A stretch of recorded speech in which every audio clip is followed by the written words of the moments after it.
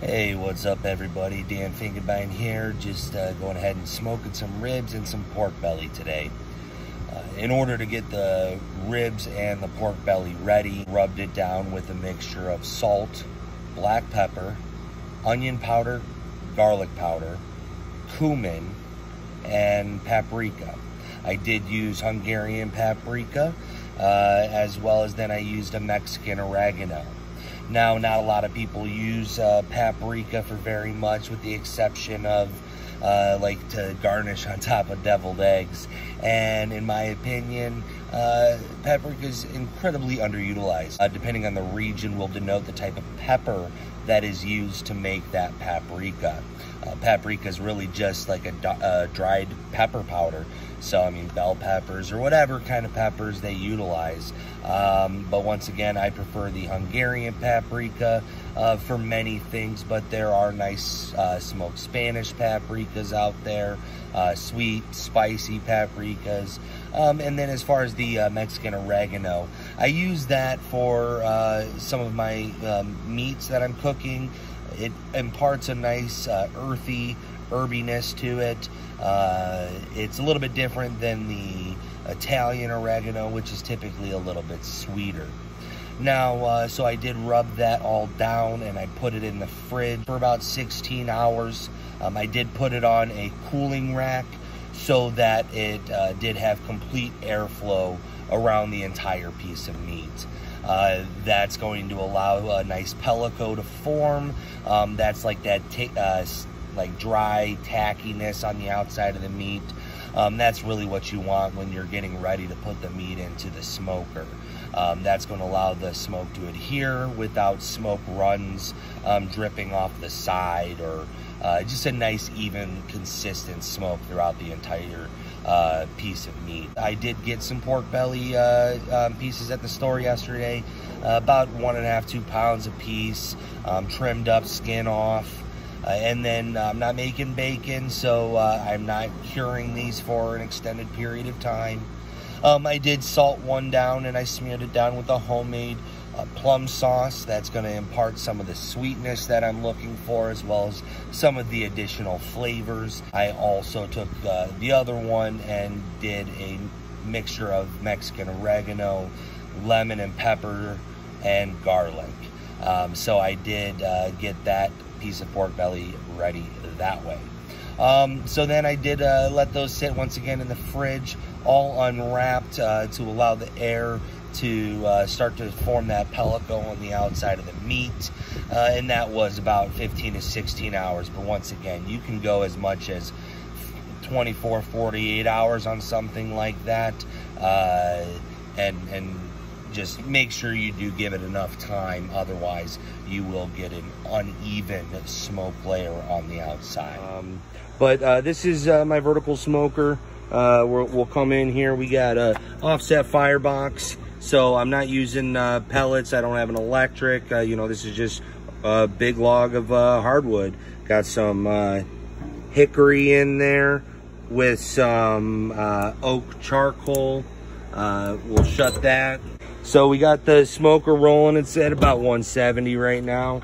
We'll open that up so I don't breathe in half that hickory smoke. But we have a couple just simple disposable pie pans down here. Got about half full with cider vinegar. The rest I've topped off with water. And then I'm not going to add any more cider vinegar to them throughout the process. You don't have to do that. You could use just straight water. You could use all sorts of other things too. Alcohols, whiskeys, rums. Now I'm kind of thinking tequila might be good with some lemon chili chicken. I don't know. That just sounded good in my head. But we have some the pork belly here. Here's the one with the oregano, garlic, lemon and pepper seasoning, and then here's our rolled up one with the plum sauce. Those are looking nice. And then we have the spare ribs up here. Got a nice rub down on there. It's nice and slow. They've been in here actually for about 45 minutes or so, and you see they're still raw as can be on the outside. That's good. We got a nice low, you want to get that smoke soaking in and adhering before you actually sear in and set up the outside. That's going to get your best layer of smoke in there. Get that nice pink ring that everyone always is searching for. Well, these have many hours left to go, but we'll step back in on them in a couple hours. All right, so the pork belly and the ribs have been smoking for about 3.5 hours now. Let's take a look. Once again, just let some of that smoke out first. And just checking at the level of the liquid. Looks like it's gone down a little bit, but not too bad. And that's just to keep a little bit of moisture, so we're not making jerky, so I want to just make sure that we don't dry them out too much. But it's looking good. Still pretty raw, but it's imparting a really nice smoke into that. That's looking just amazing. I'm gonna be excited to slice that up, maybe for some breakfast or something instead of ham. Shoot, let's eat that. Take a look at the ribs.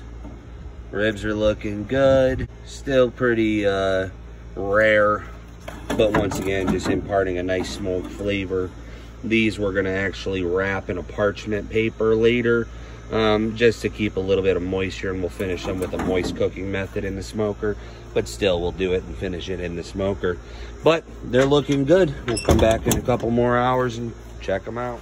Now, let's go ahead and we'll check the meat again. It's been about 6 hours at this point. I did have to add a second log of wood. Low temperature smoke, rolling at about 170 degrees consistently for about 6 hours. So, you don't need a fancy smoker as long as you pay attention and really just give it the care that it needs. The meat's looking good. We're starting to get a little bit drier and a little bit firmer on the outside. Getting a nice smoke into that. Let's take a look at the pork belly. Got a little drip from the ribs, but no big deal there. Once again, going nicely and getting a nice layer of smoke into that round rolled pork belly. I think I'm gonna actually go ahead and I'm going to increase the temperature a little bit up to about 225, and then I will go ahead and take the ribs and I'm gonna wrap them in a parchment wrap, and I'll show you guys what that looks like. So now we're ready to go ahead and pull the ribs out of the smoker, and we will baste them down. I have a mixture of 1/4 cup yellow mustard, 1/4 cup of wildflower local Arizona honey, and then 1/4 cup of cider vinegar. You can do all sorts of things, but this is just gonna go ahead and help give me a little bit of moisture into the ribs.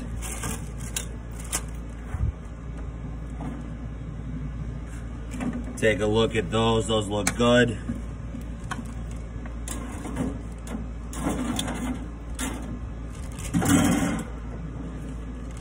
And there's the other half of it.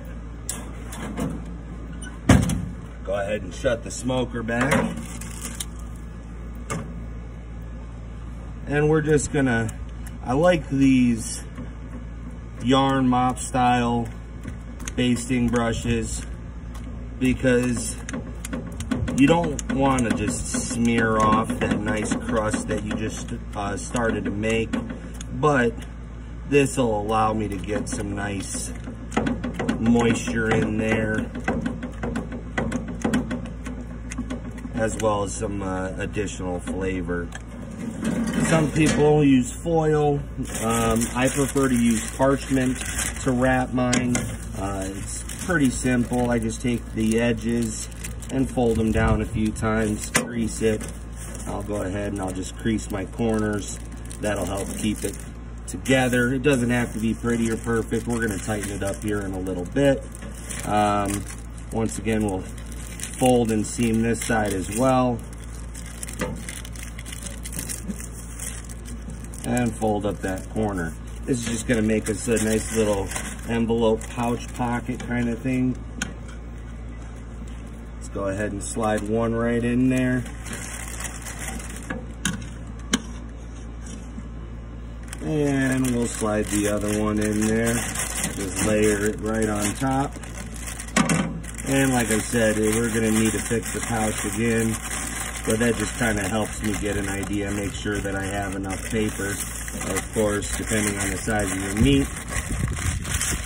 And then we're just gonna go ahead and crease the ends. Now, the reason why I like to use parchment rather than foil is because of the fact that it allows a moist cooking method while still allowing it to breathe a little bit and not boil my meat.